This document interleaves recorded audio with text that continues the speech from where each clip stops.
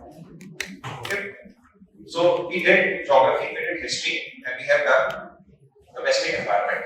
The fourth is economic development. In the first lecture only, we discussed that the economics of a state play one of the most important role in deciding its comprehensive national power. The CNP, the comprehensive national power of a state, is mainly decided by the economics of the state. If the state is economically huge, as China is today, then its CNP increases rapidly. Because if you are a larger economy, you can invest more in trade, you can invest more in building your education, healthcare, and so on and so forth. Also, at the same time, if you have a greater demand,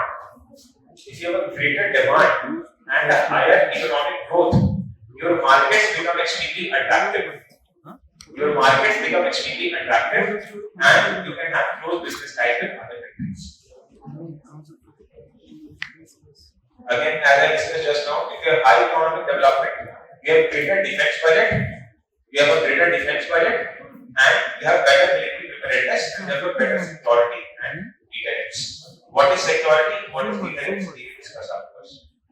But if you have a greater economic development, you have greater defense budget, and we have better military preparedness. The greatest example of this is after 1991. After 1991, India liberalized its markets, and this led to expansion of India's economic capacities. Wealth creation happened. We started experiencing 8% growth rate from the year of 2003 to 2008. The result was that India became an attractive sweet spot for the business outlook across the world. And this also led to an improvement in the relationship with the West. At the same time, economic development also contributes to better relations with the global south. Now, what is the global south? Global south is a connotation that is used to denote the developing and underdeveloped countries of the world. So, when after 1947, the world was divided into three parts. The first was considered as the first world. These were countries that were victors in the World War.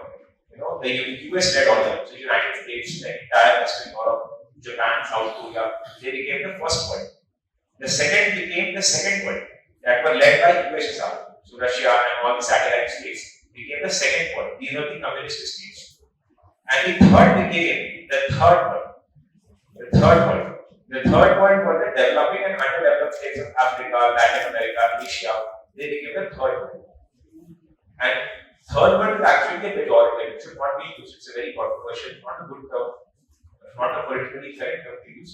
And therefore, instead of third world, after 21st century came the word global south, which means that these countries have somehow been left southwards. They have been left behind in the race to the economic growth. They are still developing, they are still underdeveloped, they have poor socio-economic indicators, low levels of per capita income, high levels of poverty, lesser preparedness for disasters and climate resilience, and therefore these countries require greater assistance.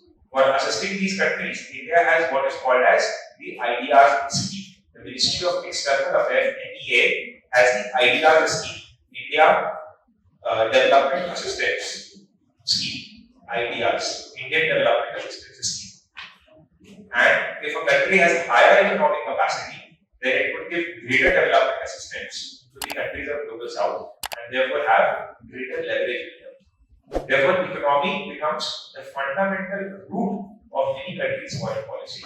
Because of this, a country can leverage its resources for building its military, attract businesses from across the world, have greater development assistance, and at the same time become a more important player in the world. I hope you have written this.